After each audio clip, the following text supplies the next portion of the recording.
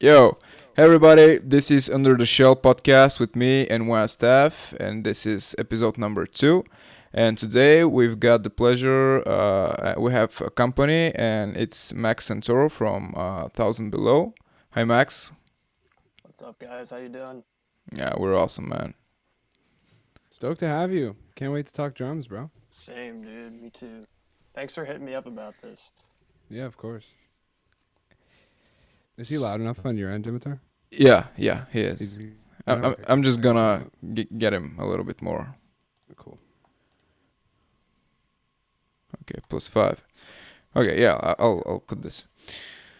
Okay, so Max, could you just for a start tell us a little bit more about how you started playing the drums? Maybe give us just a brief, how you started with the band, where are you currently at with the band? Yeah, absolutely. I started playing drums when I was like 11 or 12. I actually wanted to learn how to play guitar, and I went to like this school of rock kind of thing, and I learned guitar for like a couple weeks. But there was a drum kit there, and I sat down on it, and I liked it a lot, and it felt a little more natural for me. So I just started doing that. Played in a lot of local bands over the years in my area. Started doing YouTube when I was like 16, and just did that for a couple years, and I got picked up by a band called Vesta Collide. Toured with them for a little bit, and we actually did a tour with the band I play for now, Thousand Below, and they needed a drummer, and Vesta had broken up, and they hit me up, and I've just been playing with them the last like year and a half now. It's been a good time. So, Yeah, how have you been affected with? Have you been affected by COVID as far as like? Oh yeah, absolutely.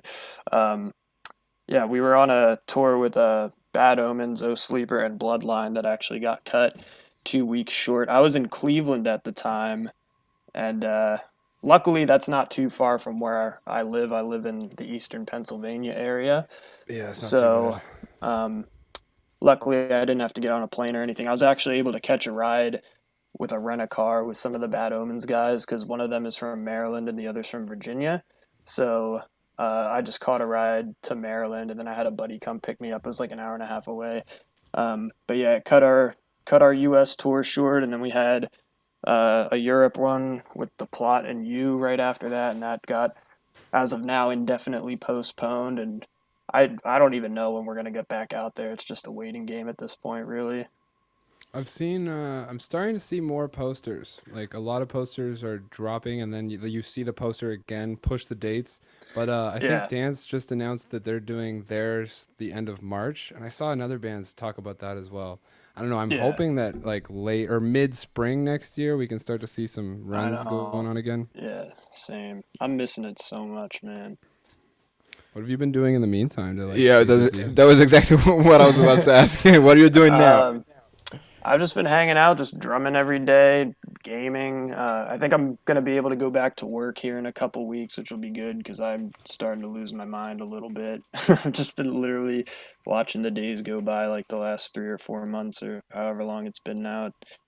Um, yeah, I'm excited. Just I want everyone to be safe. Don't get me wrong. Like safety is priority for everybody, and I want this to blow over as soon as possible in the most convenient way possible for everyone. But at the same time, I think I could speak for everyone that we just we want normal life back. Yeah.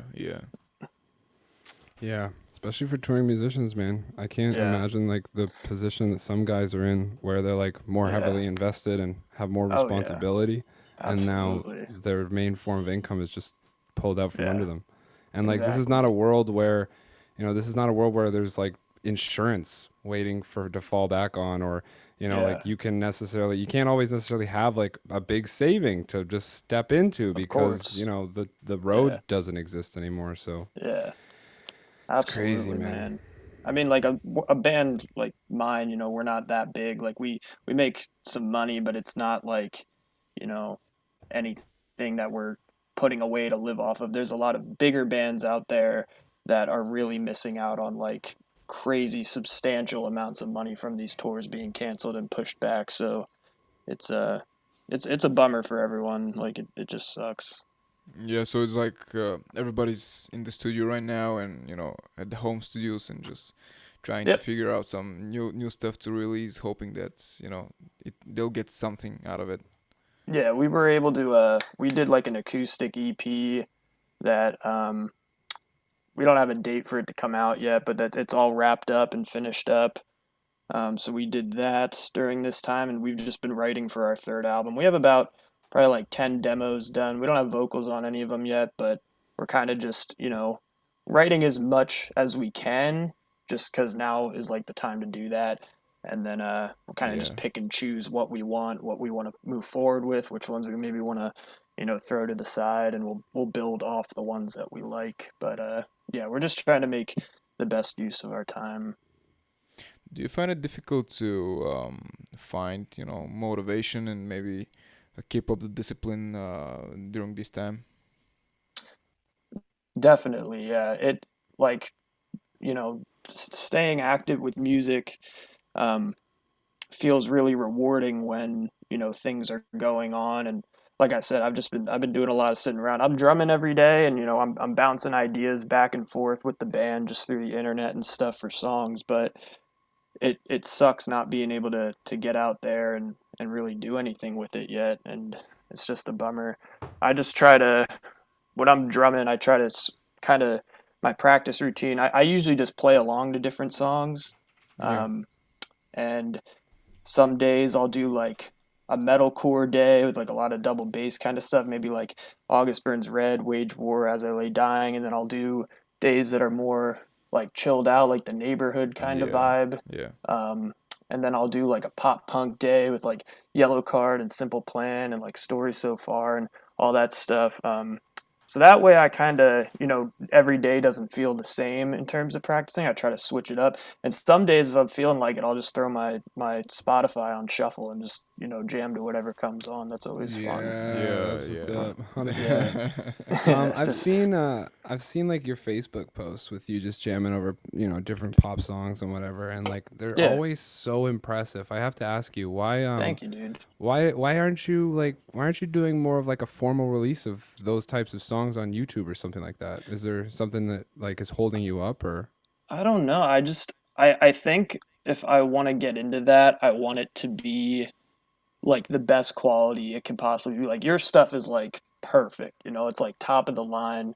And I don't have like a really nice camera to do that. I don't have like really good equipment. And my recording setup is like it's okay, I get things to sound great, but it's not top of the line. And I do want to explore that more. And I've been thinking heavily about making an investment into like some higher quality gear because a lot of people have been asking me that, even my own band. Um, but yeah, I need to take that jump and invest into it first because I don't want to put out anything that I'm not proud of quality wise. Like I don't want to put things out just to put it out. I want to make sure it's like pristine. And right now I don't um have the equipment. well, I really hope that you do take that leap because I love your videos. I mean, I was Thank watching you, your man. Thank YouTube you so much. before. I was watching your Yeah. YouTube videos before I even heard from Alex that you were going to join Vesta, and I was like, Yeah. "Shit!" Thank you so much, man. Thank Of you, dude. I course. appreciate Yeah. it so much. Well, YouTube needs more drummers like you, man. You got to get on absolutely, it. yeah. And you're from, the rank of drummers you're actually a professional drummer. So, Thank you, man. I um, appreciate that. yeah, I mean, to be honest, this is what I told Wyatt just before we started. To be honest, I have never listened to Thousand Below up until like 2 days ago. Yeah. So yeah, pretty much the last 2 days I was just listening to you guys on shuffle. So on repeat, so I don't embarrass myself on the podcast. Oh, dude, And it's and fine. I gotta be honest, man. I'm really impressed, and actually, I can understand, this musician perfectionism. We want to sound good, you want to look good. You just Hmm. don't want to, just throw something out there and which would be half-assed or something. Exactly. Yeah. Yeah, yeah, but you know, if you're waiting to accumulate all the gear and all the skills, in mixing and editing and whatever, you might not start ever. So just Exactly. Yeah. start, You're bro. I right. mean, Yeah, Yeah, I just gotta kick myself in the ass and do it. I really do. It's my own fault for waiting, yeah, honestly. because yeah, people like you and people like Wyatt have a lot to show and a lot to offer, and it's just a pity to hold it for Yeah, yourself. yeah. I respect Wyatt's like his drive so much. Like that man, you work so hard, dude. Like you're cranking out videos all the time. Like that is what I need. So It's you know what, even to talk to that, I feel like what's strange about this whole COVID thing is like it's given a lot of guys in a way like a weird opportunity to get some other types of media done. You know, like if you're not on the road, you mhm, can start to focus on things like what we're talking about. But what's so strange absolutely. about it is I've always found that my most productive is when I'm most busy, but like not because I'm setting it up. Like I found like Mhm. when I was working like a full-time job, I was managing to learn more songs back then than I do now. And I think it's just like, you know how there's that expression of like who's ever the most busiest, give it to them because they'll get it done, like that kind of thing. Yeah, yeah. It's weird how like there's so many people that are just, and myself included, with the COVID, because everything's shut down, it's almost like easy to just shut yourself down and be like, fuck it, I'll get to it when I Exactly. get to it, That you know? dude, that is exactly kind of the funk I've been in. Yeah, totally, And I man. and I And need to I've get out of it. It's like it gives me like an excuse to be lazy sometimes because I'm like, oh well, nothing's really going on anyway, so and then I don't feel like I'm laying on my ass even though I am. So I do need to I need to snap out of it and yeah, it's almost like get going.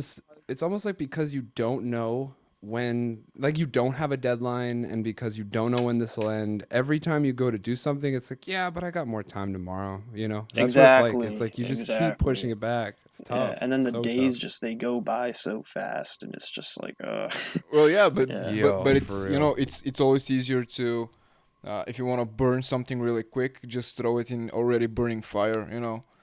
Yeah. So pretty much when you're busy and you're doing this all the time and your time is scarce and stuff, um, you're already on fire, man, and you're already Got the organized and momentum. yeah, got a momentum. Yeah. Yeah, yeah. And It's the even though momentum that's hard, huh? It's absolutely, definitely yeah, that. Of Yeah. course, yeah. Yeah, finding the momentum. I feel like the most like obvious way to describe that is if I don't know what you guys do physically, like physical fitness wise, but I feel like I'm a big gym guy, and like a lot of the Hmm. guys that I talk to who are also that way. I feel like the one thing we can all share in common is like going to the gym isn't bad if you're going to the gym, but the moment you stop going to the gym, oh, going it's back to the awful. gym Yeah. is the Oh, hardest thing dude, you'll ever do. yeah, absolutely. Actually, when I think I was like 19 when I started playing for Vesta, I was going to the gym a lot. I actually used to weigh like 20 pounds heavier. I was like in great shape and like 20 pounds heavier like muscle like muscle wise. Yeah, And yeah. Oh. I once I started touring, I couldn't go to the gym as much. And when I was going, dude, I loved it. Like when I first started, I was like, this kind of is a lot of work, but once I got in that rhythm, I loved it. And I felt great about myself all the time. Once I started touring though, I didn't have access to it. And I remember I came home from like after being away for like 3 months and I tried to start lifting again and I couldn't do it. I Yep. was exhausted and yeah, I And know exactly what you mean, dude. it's demoralizing. Yeah, Yeah. for sure. For sure it is. Yeah, The thing Yeah. oh, yeah, sorry, go ahead, Dimitar. yeah. Well, I was just gonna say that I'm not going to the gym, but I'm all about calisthenics and bars and stuff like this outside. Hmm. So if there is an injury or for some whatever reason I need to skip like 2 or 3 days, which is you know nothing in terms of rest. But every day that I should be working out and I'm not, I literally physically and emotionally feel like shit. I'm just Hmm. so used to working out and having my schedule and my agenda Absolutely. That that routine, yeah. yeah, even Yeah. though it's one day and I skip it and nothing will happen so dramatically, I just feel like shit the whole day. What's Yeah. interesting too is like that feeling only comes about when you've been consistently doing something. And Yeah. that kind of speaks to Hmm. what we've been talking about as far as momentum. It's like that Yeah. feeling erupts inside of you because of the momentum. But the moment you go a duration because of whatever the setback is, where you aren't doing that habit, that regular thing that was part of your daily routine for so long, or whatever the case may be. It's like that's right there is like the physical act of losing the momentum, and then getting back to that is Exactly. almost impossible. So like finding that sort of like quote unquote flow and figuring out how to preserve that is like such an important skill onto itself when it really comes to getting anything done. But whether we're talking on the kit or even like just stuff in your personal life, I feel like. Yeah, yeah. It's the Absolutely. same with playing. It's the same with uploading videos and making new music. Some of the bands we all love and cherish have dropped some really fire tracks during this COVID quarantine, like Oh Bring Me the yeah. Horizon and Eskimo Cowboy and whatever. Hmm. So yeah, you just need to find your way of keeping the momentum, because otherwise it could be years of setbacks. So Absolutely, I agree. so Max, I want to ask you, what did you think of the new Bring Me the Horizon release? Dude, I love it. I love that band. Like I remember, so I got into them when like Sempiternal came out, and that was probably right around the time I was getting into like heavier music in general. And I like loved Shadow Moses and Sleepwalking, all that stuff. And then That's the Spirit came out, and I didn't like it at first. And then with time, it grew on me, became one of my favorite records of all time. Same with Ammo. And then this one, just yeah, everything they do is so innovative, and they have their own sound, and they're crushing it. Like they passed the whole like quote unquote scene. Like they are like a Oh yeah. mainstream band now. What are they on, like Columbia or something now? Like they are like up there. They're massive, and they're crushing it, and they have something so special going on. And yeah, I love that band. I love the new song. They're just so sick. Yeah. Well, with Bring Me the Horizon, I feel it's the same with pretty much everybody except for the real diehard fans. Hmm. It's like this. They release something, people are in general more reluctant. They're not really sure about the record, and over time it grows on them. And Exactly. just when they're starting to really love it, they release another song, and it's all over again. Hmm. Yeah, they're just on top of the whole thing. Like and everything is so well done. Like the imagery, their music videos, that Luden song as well that came out for that Death Stranding Yeah, game, yeah. Mhm. um, like a few months back or whenever that was. That How long ago was that actually? Was that like almost a year at this point? I think it was Uh, like 6 months, 8 months, something Six like months. yeah, Yeah, this. I would say 6 months probably. Here, I yeah. can check real quick. That song was also really sick. The video, the choreography, and like the makeup and the way they had everybody dressed up was so cool. They just have like such a good brand and such a good image, and their mixes are so good. The And they're drums doing on it the themselves. Yeah, yeah, yeah, Like how it's crazy is insane. that? Yeah, Jordan Fish, like bringing that man on board, I feel like really brought them next level. Like that guy is a genius. that was the keyboard guy, right? Yeah. Yeah, and I think he does like a lot of their production and stuff, and him and Yeah, Ollie write yeah, together. Yeah, it's insane. I look up to him as a songwriter a lot, and just in general, that whole band is great. The drums always sound so good, yeah. like it's crazy. And at the same time, they're both simple enough and confusing enough. Something. Exactly. Yeah, it's like they're not crazy technical, but at the same Hmm. time, they're not boring. Yeah, it always sounds fresh, and like the riffs aren't crazy technical over the top, but they just know what sounds good and what doesn't, and Yeah, they yeah, kill it, man. Yeah, Jordan Fisher with the sound design too, right? Because like that's the big thing is like they do simple stuff, but because they do it with like textures that no one uses, because a yeah. lot of them Hmm. I imagine are just from scratch, right, out of his DAW, and like it's that kind of innovation that just it blows everybody's mind every time a new release comes out. Like Ludens did it for me, Yeah. and then the cool thing is what we're seeing now. I feel like is with these later releases, since Sepaternal, since That's the Spirit, there's like a trend of certain things that you could see the band really liked, even just down to like maybe the Hmm. synth tones that they're using, and they're Yeah. bringing that forward in every release. But then you're also seeing new things in the evolution. So it's like they have Exactly. this foundation of what is their sound, and they just keep adding to that, and it's so awesome to watch. Just Yeah. back to what you were saying, They're Ludens was released geniuses. November Ludens was released November 11th, 2019. Okay. So yeah, a little over half a year. Yeah, I love they're that insane, song. man. So do I. I love the way it builds up, dude. It's like Yeah. just continuously the whole thing, like nothing ever gets boring. It just constant build up all the way up into the last chorus where like the drums come in full and they're just like head Yeah. banging in the video, and it's awesome, man. I think What did it all you? started with sorry, what? I think No, it you're all good. started, with the new stuff with what was the song called in Ammo, heavy metal. Yeah. With the catchy chorus. Because a kid on the gram said he used to be a fan, but this shit ain't heavy metal or something like this. So ever since, you can notice that they're still keeping somewhat the same formula, but they add a really heavy ass part. So they Yeah, can just prove, yo, we're still good at this. We just don't want to do it. yeah. What did you They can guys? do it all. What did you guys like better, Ludens or Parasite Eve? Parasite Eve, hands down. Um, I love them both, but I think I like Ludens more. Yeah, me too. I I don't like know what it Ludens. is. Yeah, I think it's just the Some chorus is a little bit more traditional. Yeah, I just love, like I said, how it builds up in that last chorus where it comes in full force, like the drums like dun, sh, da, dun, dun, and they're just like going hard. Like I don't Yeah. know, it's just written super well. All of it is, Yeah. but yeah, The night that I heard Parasite Eve, it was late. It was like I don't know, 12.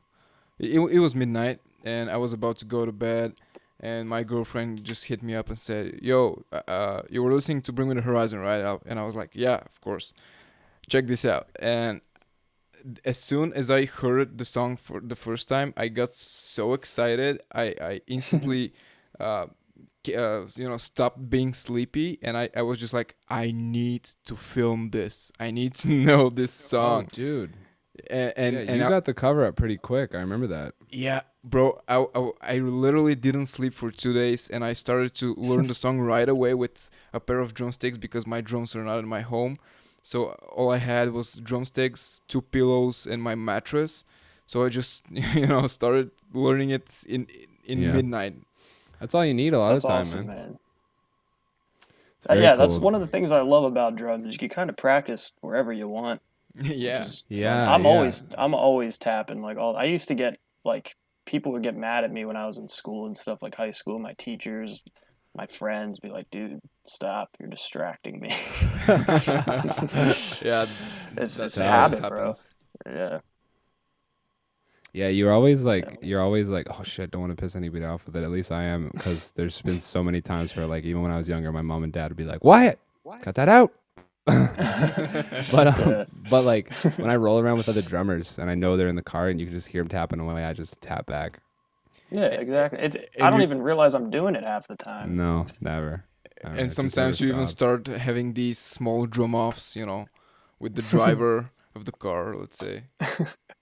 All along the lines of the pillows and playing with whatever you have available to yourself. Somebody who's talked about that a lot is Luke Holland and his kick stuff, because Luke Holland has.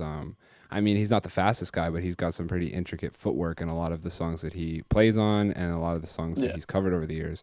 And the thing that he has talked about a lot is like he uses DW9000 XF like extended footboard pedals, but he uses them in stock settings and he doesn't rely on the gear. He practices his double kick and got good at double kick because of the floor. So there's like a lot to be yeah, said to that. And a lot of people ask me that, like, well, I can't get access to my kit this week, so I haven't practiced. Like my students especially can't get access to my kit this week, haven't practiced. And then I'll hit them with the, we did rudiments on your feet. You can do that at any desk. Sit in a chair, you're yeah, good to go. Absolutely, yeah. exactly. Yeah. Actually, 100%. drumming is more in the head than it's in your limbs. Yeah, you can practice techniques and finger techniques and blast beats. Actually, you can, but you don't need a drum set or a pad or even sticks. What you need to practice is just sit somewhere while you're waiting for the subway or for a train or whatever, just waiting outside of the doctor's office. Just tap Exactly. some paradiddles or whatever. I mean, if you continue to build up your inner, metronome and your inner feeling for rhythm and stuff like that, you're progressing, and that's enough. I The completely agree. The one I like the most is like the rocking of the like heel toe technique kind of stuff. Like I learned how to do just straight doubles, like right left on the kick, rocking back and forth on the heel toe. When it'd be like the winter here, and I'd have like Doc Martens on or something, and I'd just be sitting there and just like click the heel, click the toe, click the other heel, click the toe, click the Yeah. heel, click. You know what I mean? Like just that motion of rock right, rock forward, rock left, rock forward, back forward, back forward, back forward. And like yeah, you just because a lot of what drumming is it's really just programming yourself to be able to assigning a pattern to muscle memory. That's what rudiments is, right? Like learning a paradiddle and assigning it to muscle memory. Once you have Yeah. it at muscle memory, then you don't have to think about the pattern, Exactly. and you can start to Yes. express it across the kit, right? Yes. So yeah, if 100%. you have like a good core set of rudiments, you can exactly like do what you're saying. Like if do what you're saying, Dimitar, which is just sit there and practice through the rudiments, and then once you get that to muscle memory, then it becomes very powerful through the cymbals, through Yep. the shells, the combination of both, however you want to mix that up. Yeah, Exactly. absolutely. I was gonna bring that up too. The whole muscle memory thing. You don't have to be behind the kit to practice the rudiments and the sticking and all that stuff. Once you do it so many times, it just becomes autopilot, and then you can apply it to whatever you want. Yeah, yeah. Well, actually, this is how I learned to play polyrhythms, because I never even knew what a polyrhythm is. But because I'm when I'm going to work in the winter, I'm going with the subway. So while I'm waiting for the subway, I'm just tapping something, and at some point I got bored of all the basic exercises and rudiments and whatever. So I just started to, I don't know, experiment with something that sounded strange but yet good at the same time. And some months later, when I was fairly good at it, I just watched, I think it was Matt Garska's video about polyrhythms and 3/4, 5/4, whatever. And I was like, oh man, I was doing this the whole time. Yeah, that's awesome. Yeah, he's a machine. His brain works in ways that I can't even understand. He's As like like Crazy. using. as crazy as he is, the thing that I think that blows my mind the most, I don't know if either of you have seen this video, but he has a video online of I think it's 33 beats per minute or 30 beats per minute. It's like it was titled like the 30 beat per minute Oh, I know solo. it. Yeah, and I think that's probably like the coolest piece of material he's released for me to watch. And I talk about this all the time, especially with my students, because when I'm like the thing you both can relate to this excuse me, you both can relate to this. In the early years, it's almost always the same. You just are going way too fast all the time, and you have like Yep. even if you're locked into a tempo, you start to speed it up, especially Yeah. once you get on stage. Your first couple performances, when that adrenaline kicks, forget about Oh the man, click, yeah. you're gone. Oh You yeah. know, like Absolutely. you're Yeah. just racing. You're trying to get there Yeah. as quick as possible. So like early on, the struggle for a lot of us is learning how to slow down and play slow. Play interesting patterns with dynamic, but control it at a slower tempo. And he has this 30 beat per minute solo that he does. And if you guys haven't seen it, I strongly recommend it because Yeah. I gotta check it out. yeah, because it's just like to really watch his accuracy when the click is that slow, it's that dry, and you can hear the click over top of what he's Of playing, course. which is the crazy part. Just to like listen to the accuracy in it. Oh man, it's Hmm. so crazy. It's so crazy Yes. because going slow is just as hard as going fast. Absolutely. There's more room for error because the notes are more Absolutely, yeah. spaced out.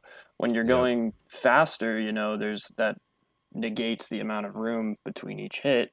You have less room to go, rush or drag every hit. Slow is hard. It's hard sometimes, for sure. Yeah, you're right. Because the speed, it really hides any blemishes because you're just Hmm. moving. You can't Yeah. tell. You get another stroke Yeah, in, right? On of double course. kick or whatever the case may be. As a Yeah. friend of mine who's also a drummer and is pretty famous here in Bulgaria, he said that exactly about playing slow and doing everything really really super slow. He says that it's just like when you're working out, the pause and the rest and the silence is actually building the muscle building, your skills. It's not how fast you can do it. It's about how accurate can you do it when it's super slow. And it's about the rest you give your body after a workout. It's not so much the workout itself. Yeah, that's a Yeah. big one in weightlifting, right? A lot of guys just move too quick, you know.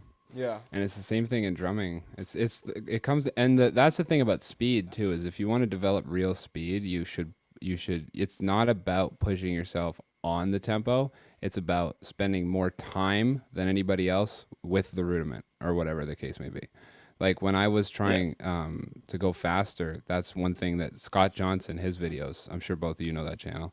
Yeah. Scott Johnson has a couple videos on this where he talks about it's not the it's you don't need to develop muscle. Like playing the drums it is physical, but like you can't do anything in the gym to get your kick speed up or to get your hands around the kit to move Exactly. Yeah. faster, right? And people will think that. Like I get comments on my videos and people ask me like, what leg exercises should I do on leg day to develop speed? I'm like, that's not how this works. Yeah. What it comes down to is the delay that causes you to go slower than you would like is oftentimes just your brain trying to get the signal to the limb, to the extremity quick enough. And it actually is, if you're going at a really high tempo, most of the time, the reason why you can't keep up is because you physically can't fire those signals fast enough through your nervous Yeah. system to actually create the movement. But this goes back to what we were saying. The more you can assign whatever the movement may be to muscle memory, the faster you can push that on the click and keep moving up and moving up. So really what you want to do is you want to slow down and practice perfect practice instead of just practice going faster. Yeah. Because when you perfectly course. practice it, you spend longer with the rudiment or whatever the case may be, the pattern, then you assign it better and deeper into your muscle memory, and then eventually it's much easier to push it to any tempo. I Yeah. agree. On the note of working out, I think all these misconceptions about, physically working out a part of the body to do a certain job like playing drums started in the, probably early 2000s, because there were some interviews with drummers like Joey Jordison from Slipknot, where he said that in order to be able to play the bass drum for this song or that song, he's running 5 miles every day, Yeah. and back then it sounded so cool, such a determined guy and doing so much. But if I hear this now, I would be like, why are you writing drums you cannot play? I mean, if it takes you running 5 miles every day just for you to be able to play your own song, you're doing something wrong. So that's an interesting question. I wanna ask the three of us. I want to start with you, Max. Has there been a time where you've been consistently doing, maybe even if it's just like soccer meets or something, you've been doing like a physical sport or hitting the gym or a certain cardio, and you've seen like a direct correlation to a higher skill level at the kit. Have you ever kind of come across that? Not like a direct correlation in terms of like skill with like playing drums as a whole, but I've definitely noticed when I am in better shape than other times, I don't tire out as easily. Like, and that's like a big one for me. Like I've noticed when I am on tour and like going real hard every night for weeks at a time, the first week, I get pretty exhausted towards the end of the set. As, I do more of that throughout the tour, it becomes a lot easier. Because at home, like I'll play to my fullest potential, but I'm not like head banging as hard as I can when I'm practicing. I don't like being all sweaty all the time when I'm just like Yeah. kicking it at home and stuff. Um, Yeah. Yeah. so and yeah, like I was saying earlier, I've found myself I'll still play the heavier stuff, and I think I talked about this when we did the line check too, but I haven't really been playing as much metal in my free time. I've been leaning more towards like the more chiller vibey stuff, and I really love just flowing over that and like kind of writing my own parts over it and like just improvising fills and just kind of messing around like that. Um but yeah, I do notice though that when I'm in like better shape like cardio wise, I get like way less tired for sure. What about you, Dimitar? Well, I was thinking what to answer, and I, direct correlation between drumming and fitness, probably not. But I've noticed that as I get stronger, and my muscles develop more and more because of my working out.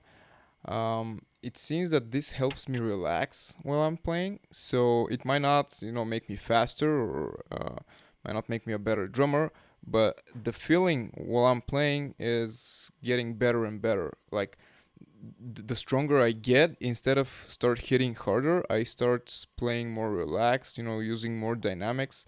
Probably just because now that I can, I don't do it. Whereas in earlier years, I was a really hard hitter, and even in my videos today, if someone looks, you can see that my sticks sometimes almost hit my back, while I'm hitting. But actually, I'm holding the sticks so loose that the hit itself, it's spectacular, it's flashy and stuff, but I'm actually not hitting pretty hard. The cymbals, the drum heads, whatever. So yeah, maybe the more developed my body becomes, the more relaxed I am. Just because I don't know, I'm finding my limits, my boundaries, and I'm learning to play around them. Yeah, my I had a I there. Okay, let me catch my words.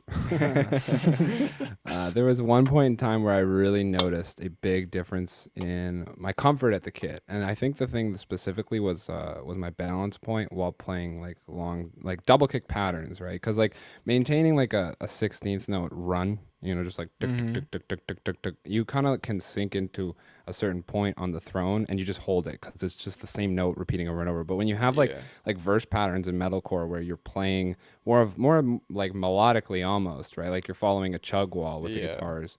When you're in those sections, the balancing is the I mean, obviously we get past it, but it's the tougher part in my mind because you really have to be aware of how, the clusters of notes and where they're going to be, and then keeping yourself upright for the gaps and the And rest, right? preparing your Hmm. body before the figures. Yeah, and it's not something we ever think about, but it's something that you can kind of feel, especially if you haven't played for a while. Yeah, yeah. And Yeah. what I noticed was like yoga really, really helped me at the kit. It was just like the way it opened up my chest and it opened up my back and just like added a lot of core strength. Felt such a difference. Like when I stopped doing yoga, it was like directly I saw like a deterioration in my playing in ways, like just subtle little things just wasn't as comfy. Yeah. Max, I'd love to talk to you a bit about the Have My Mentor you guys did with for the Fallen Dreams. Yeah, of course. So yeah, man, how was that run? How long were you guys out with them? I think it was a little less than a month, I think. I can actually check real quick. I think it was probably like 3 weeks. It was a lot of fun. When I was like 15 or 16, I was a huge fan of Jamie's Elsewhere when Aaron Pauley was in the band. I don't know if you Yep. guys like ever jammed them back then. Oh hell yes. Yeah, Yeah. the tour was September 23rd to October 19th, so actually just about a month. Um, Mm. but yeah, so I remember hearing um, from that album. They said a storm was coming. The first song I ever heard was The Lighthouse, and it was like one of the coolest things I ever heard. I loved his voice and everything. So getting to tour with them was really cool, and like hanging out with them. They're really nice guys. Um, yeah, that tour was a lot of fun. We actually did a kit share with For the Fallen Dreams just to kind of like speed up changeover Yep. between sets, and I was using a DW Performance. I know you just got one recently, Yep. and I'm thinking about getting one myself because I loved that thing, dude. Like it's awesome. So true, like the notes, like there's Yeah. so little overtone. I walk past my kit to get to my to get to one of my desks every day pretty much.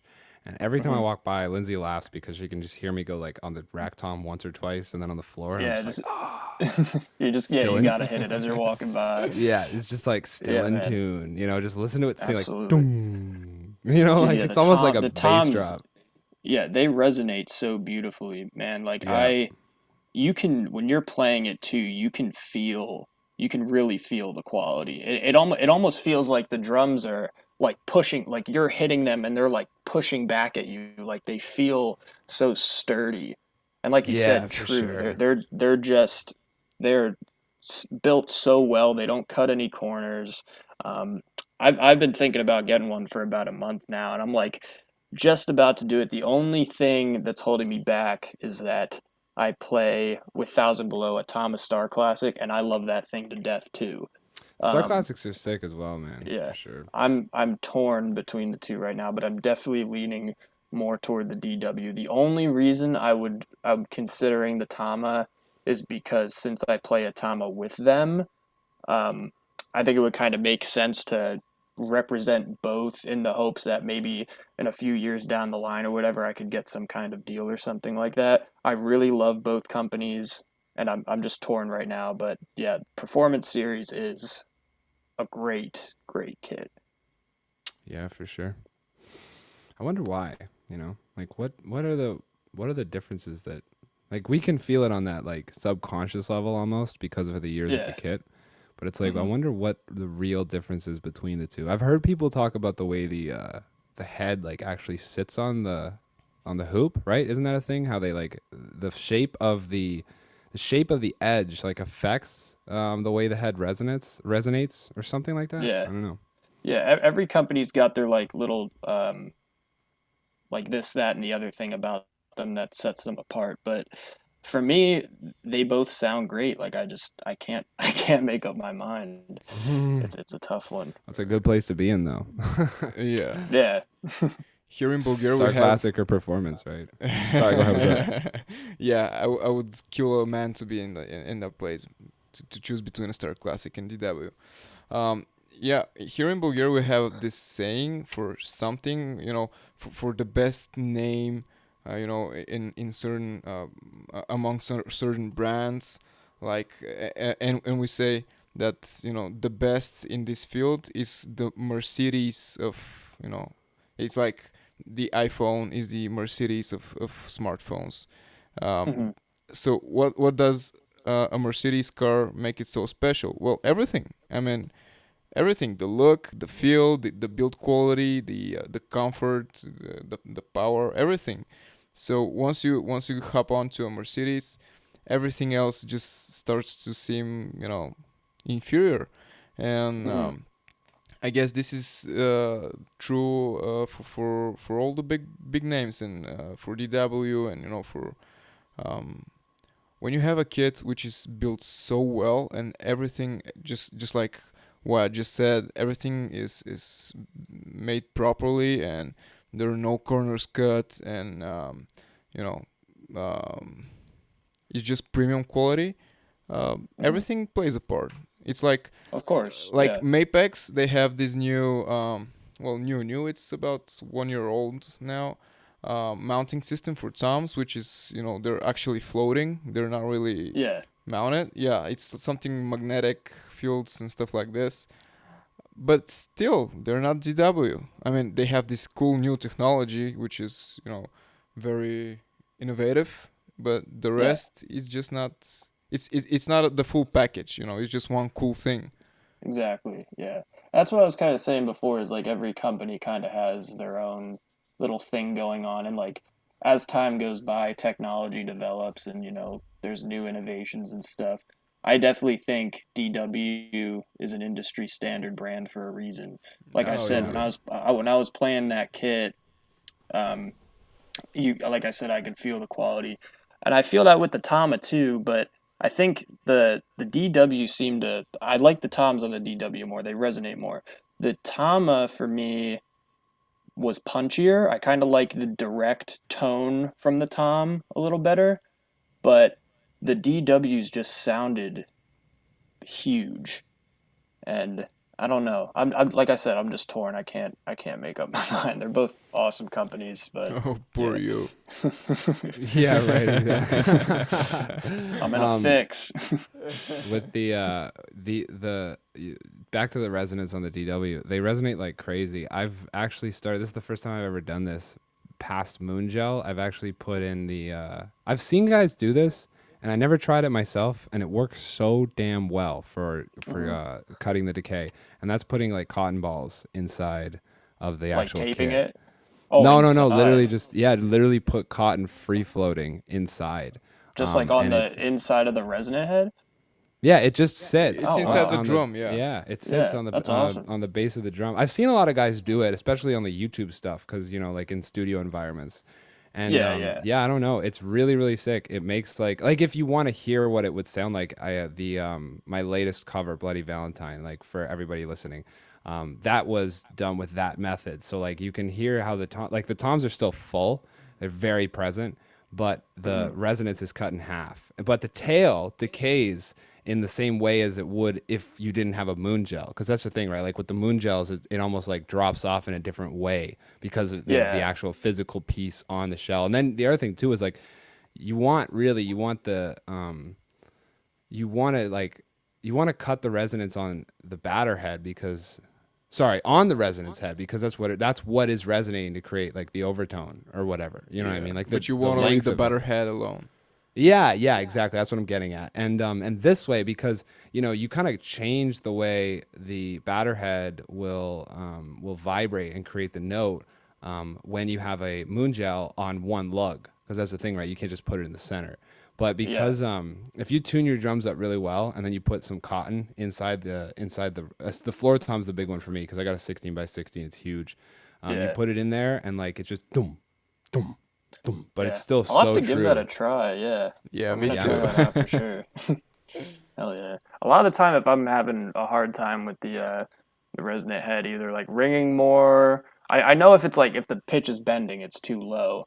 But then, sometimes I'll get that like little extra bit of ringing from it, like the batter head's kind of done its thing and the notes play, but then you get that like airy sounding kind of thing from the bottom. I've actually put moon gels on the bottom, and that controls it, but after so Yeah. much hitting, they fall off Yeah. because it's vibrating and gravity. So, but yeah, I'm gonna try the cotton ball thing, dude. That's cool.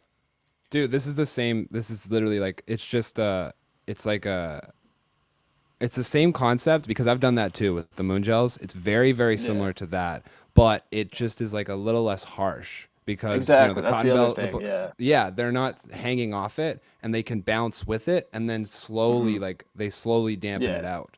Yeah, it's pretty Yeah. cool. It's not like choking it because that's the other thing about the moon gel. It like since it's sticking to it, it's almost like it's interrupting the vibration, which Yeah. I love moon gel. Don't get me wrong, and I Yeah. actually on my I have an acrylic kit here back home, and it sounds amazing. I love it. I actually use.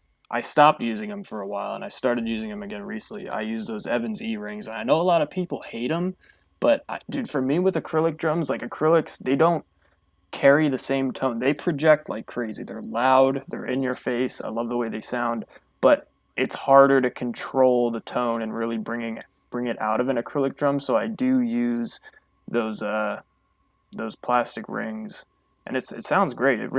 It makes it feel punchier too. I like how it delivers like an even amount of Yeah. pressure along the edge, and it kind of similar to the cotton ball thing, how they're not sticking to the head like a moon gel, they're just resting there, and I like it a lot, but it does take away quite a bit of resonance, but Yeah, Yeah. I I don't know. remember like when I was first taking lessons, they had those on the kits. And I was like, "Whoa, Yeah. these make it sound so much better."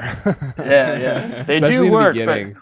Yeah. yeah, but yeah, like I said, it really just depends. Like I said, it's an acrylic kit, so Yeah. wooden kits, I'm like all for less of that. Maybe moon gels, or like I'm gonna definitely try that cotton ball thing.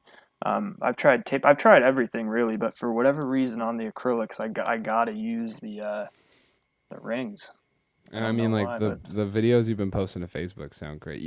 Dude, thank you you, say dude. like you need better quality, but you need to post these videos. Yeah. Have you seen this new? Dimitar was talking to me about this recently. This new breakout drummer. His name's Al. I'm Oh, gonna butcher this. the Spanish guy. Perio. Yeah, that guy. I don't know. Yeah. That have you seen this guy? He's posting a drum cover every single day. But the thing about his covers are he's miking it with Like there's no editing. It's one camera, one take. There's no real editing. He just syncs up the audio, and he doesn't really learn the song perfectly because all the songs he's doing, a lot of them are very like simple or old classics that we all know. Like 2 days ago, he posted "Laid to Rest." He did like a Paramore cover, like all these like System of a Down. He's done a bunch of those, right? Yeah, And like the his drum whole thing cover is classics.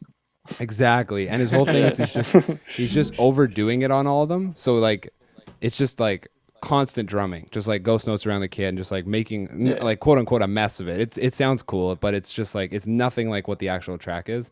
And like your quality is way better than that. And he just passed 100,000 subs, I think. Let me see. He just hit 115,000 subs, and he's only been on YouTube for like 2 months. Jeez. Just drums, dude. Yeah, I think I can get away with the audio that I have now, but I want to get like a nice camera. That's Bro, fair. That's fair. When I started, I was filming with an old iPhone, and my first videos were 720p. So The thing though is here's the thing. Max already has dope videos, so it's like you can't go backwards. You gotta keep going forwards. Yeah. You know what I mean? Well, the ones from a while ago when I was like 16, 17, those were that like the audio on those is kind of not great because I didn't really know what I was doing and I mixed it all myself. But the videos came out pretty cool, and that was my buddy who I went to high school with, who actually just lives a few miles away. So maybe I'll see if he'd be down to just, as I'm looking at cameras in the meantime, maybe if he's around, he can just come up and film some stuff for me. Dude, yeah, because if you took the footage from back in the day, maybe a little bit more light, but the footage was a little bit more light. Because like your shells are bright, but they're not that bright.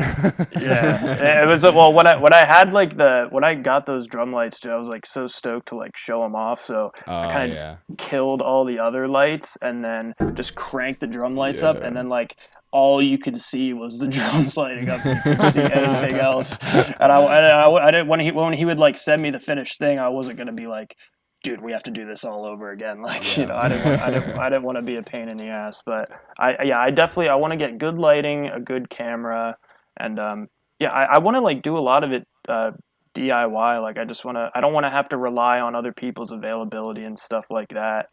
Yeah. On that note, I just wanted to ask you, Max, because every time I'm listening, to relatively small band on Spotify, all the drums sound so nice. So I have now the opportunity to ask you, and if you can tell us, I'm just gonna cut it. Are these in what we're hearing in your records? Are these live drums or are they resampled? They're not live. So the way we did it was they had hit me up. So the first record that they had that came out in 2017, I had nothing to do with that. I wasn't in the band yet. The one that came out end of 2019, we did. We just had to do it all with like MIDI and samples and stuff. And basically the way we did it is when they hit me up, most of the album was done. They just had like very, very basic drums laid out for the songs.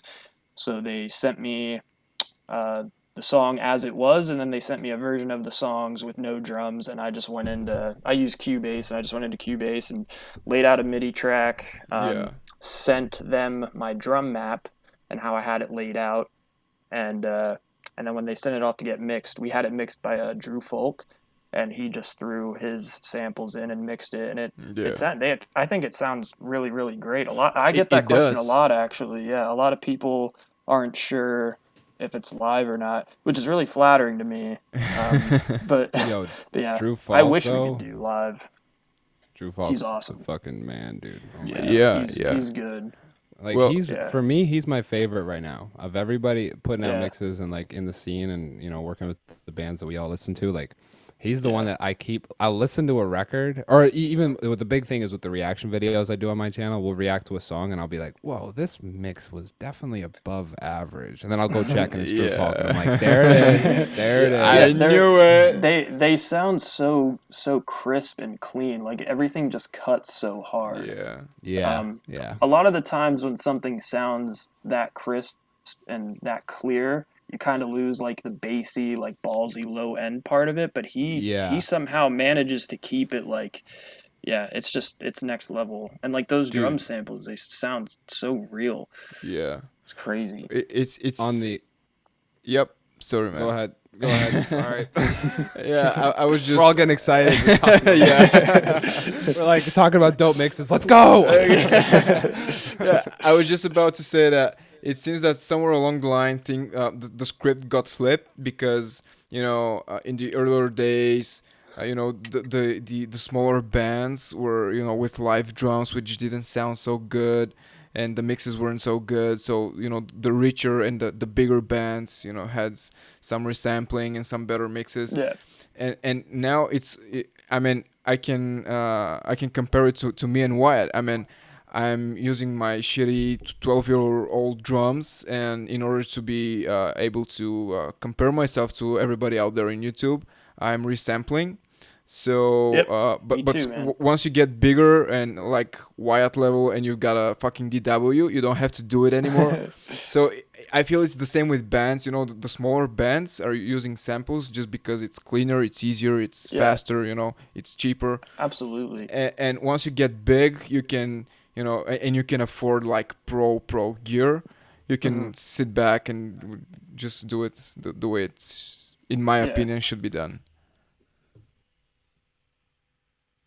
About that point you made about the the crack and crispness, you lose the low end. That's something that, and then on the contrary of that, you hear a lot of bands that just have too much bass. Like there's so many mixes, Yeah. especially Yeah. especially smaller guys who are like Dimitar was saying, maybe on a bit of a budget still. They come out with these like they're pretty solid mixes, they're pretty good, but they have so much low end and it sounds good, but you get no like there's no mids, there's Yeah. just like It it's the almost balance. it almost Go ahead. sounds like it's like really wet and like muffled Yeah, almost Yeah. exactly, with that kind of exactly. stuff. Yeah. But Drew manages to just balance it out. So like if you're running a sub, Yeah. it's there, but you still have all of the attack. You still have all of like that, like even the snare, like the crack in the snare. It's just like Yeah. so in your I face, know. dude. My God. Yeah. I know. Yeah. Back to like the sampling thing, like those clips that I put on like Instagram and Facebook and all that stuff. Um, Everything is live, and then I just layer the kick and snare with those like drum shots from Joey Sturgis, and Mm-hmm. they work great as long as you don't overdo it with that kind of stuff and like make it sound like machine gun like Yeah. crazy. Yeah. Like as long as like I just try to layer it like very subtly in there. It just gives it helps the kick punch and cut through a little harder, and it just adds um, a little more body to the snare, which I really like. Yeah. I recently started. I don't have overheads. I just run like a D6 on the kick, an I5 on my snare, and then these two like old ass Samson mics on my toms that aren't the best, but they do the trick. When I used to do the YouTube stuff back in the day, that was just all live, like no sampling, um, and I didn't have.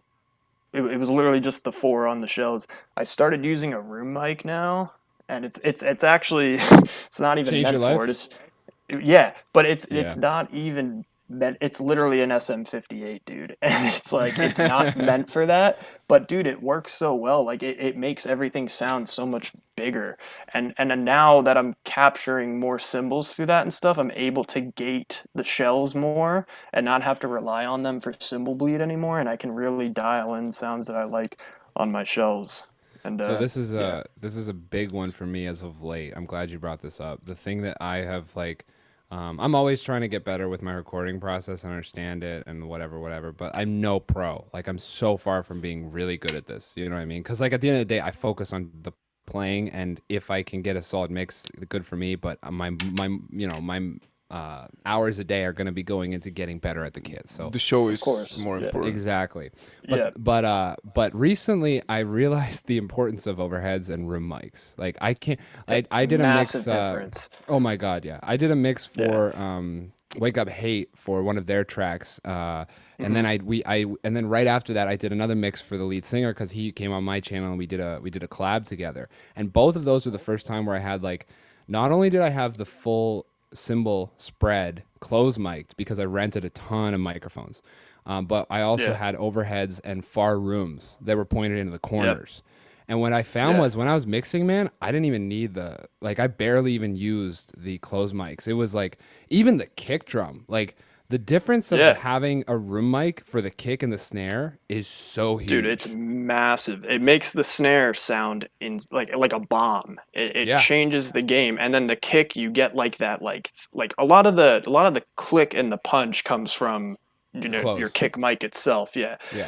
The room picks up that like thud, that like that boomy aspect of it, and when you layer them correctly, it sounds great. Even the toms too. It just brings out that boominess, that big sound. Room mic's a game changer. Oh yeah, it's so unbelievable how easy it is too to just like throw some mics in the corners. That's what I've been doing. I don't know how you've got yours positioned, but I'll just put them in the corners facing the wall. Yeah. Since mine's the 58 and it's not even really meant for this, I kind of experimented it. So it doesn't really have like that capture from all angles kind of thing. It really only captures what's going right into it. So I just place it like maybe 10 or 12 feet pointing at my kick, kind of pointing. I have it like sitting kind of high up, and then it points like down towards the kick and the snare kind of. And I've found that just seems to work for what it is. And dude, then it's a pain in the ass for quantizing with so much mics. I don't know. Imagine if you have to quantize your kick and you've got kick on your kick mic and room mic and overhead mic. Yeah. You'll have to group them. And, Yeah, for well, okay, you know what the big thing is with that though is the latency, because like the sound is gonna hit the closed mic in the kick or the snare much quicker than when it will reverberate off the wall into the microphone, especially if you're miking it that's true. Backwards. You know what I'm saying? Yeah. So that's something I noticed. Dude, for you though, like you could get two AT2020s, those Audio-Technica vocal mics. You know the one that Josh and Nick use, the 4040 or the AT40, just the cheaper version of that for like $200, $100 a mic. You could put those in the corners, man, and oh my god, the difference it would make. Holy. Yeah, I'll have to try that out. Sounds sick. I have a buddy down the street. He's like my best friend. Really great musician. He has a bunch of mics too, and I'm gonna try to have him come up here and we'll like experiment with some stuff too. It's all I've just found it's really trial and error and learn as you go. Yeah, as if you're not like if you're doing it passively like we all kind of are, because we're all focused on the kit, and then if we can figure out the recording and see, that's the tough part is like if you're a musician today, especially now because of COVID, you have to wear so many hats. It's getting ridiculous. Like you've got to be your own promoter, you've got to be your own marketing executive on social media. You have to understand audio, you have to understand video, you have to understand video editing. Not only shooting, but now you have to edit everything and put it all together and package it into products that you can release regularly across multiple platforms and understand how to format them for those like, my God, dude, it's getting crazy. Yeah. And if you're not doing it on a large scale, it's all for free. Yeah. Like as much of a pain in the ass it can all be though, it's like it's a really good learning experience. Like all that stuff, knowing how to do that is only going to benefit us in the long run, 100%, dude. Oh, it's so worth it. It's so worth it. Like even just like the videos that I make on YouTube, not all of them are directly drumming. Like I have the Line Check series. We're doing a podcast right now. Like there's these things that are completely unrelated from my traditional knowledge of recording or the video and audio for the kit, but I took skills from that now can enable me to do these other forms of media that I never would have dreamed of, that I would have even learned how to do if it wasn't for the fact that I had to figure out how to record myself at the kit. Because recording yourself at the kit is like such a trifecta of so many different skills that you have to do perfectly and layer on each other that you learn so many different areas of media, Yeah, absolutely. I'm super excited about it. on the notes about having to do different stuff, and having to know a bunch of stuff and applying your skills, I just wanted to say as a side note that actually me and Wyatt talked about it this last time, but I just want to make a quick callback. It's important whether you're a single musician, a YouTuber, a band, or whatever, to constantly be searching for new ways, not only to improve yourself, but to also market yourself. Yeah. And today I did the unthinkable, and I signed up for a TikTok account. Yeah. Dude, it's Gross. popping. I It, don't have one It is. myself, but it's bro, popping. I uploaded like one 20-second video, which was just it was a cut from my Parasite Eve video just to see what will happen, and Yeah. like for about 5 hours I got something hundred views there, and I got like 15 or 20 new subs, which for me right now is something huge, just from this Hell yeah. one snippet, you know. Yeah. So yeah, as we're about to wrap it up, Max, do you have anything for the ending of this episode? Do you want to say? Do you want to share something Yeah, with us? let everybody know where they can connect with you and check out your Yeah. music and all that stuff. Yeah, so my Instagram and Twitter is just Max_Santoro. My Facebook, you just look up my name. I'm sure you'll find it. I'm not sure what the handle is or whatever on that. And then yeah, my band's just at 1,000 Below on everything. We're on Spotify, Apple Music, YouTube. We got music videos. It's everywhere. We actually have a new music video coming out tomorrow. Not a new song, but just a new music video, little post-release press kind of thing. And Cool. and then we got an acoustic EP coming out probably within the next few months, and working on our third album and touring hopefully sooner rather than later, but who knows? Yeah. I'm really excited to hear the acoustic stuff. That's super Hell yeah. awesome. Yeah. It's I can say that it's five. Well, I don't know if I'm supposed to, but I'll say it anyway. 5 songs. 4 of them are like remakes of songs from the last album, and then there's like one original on there.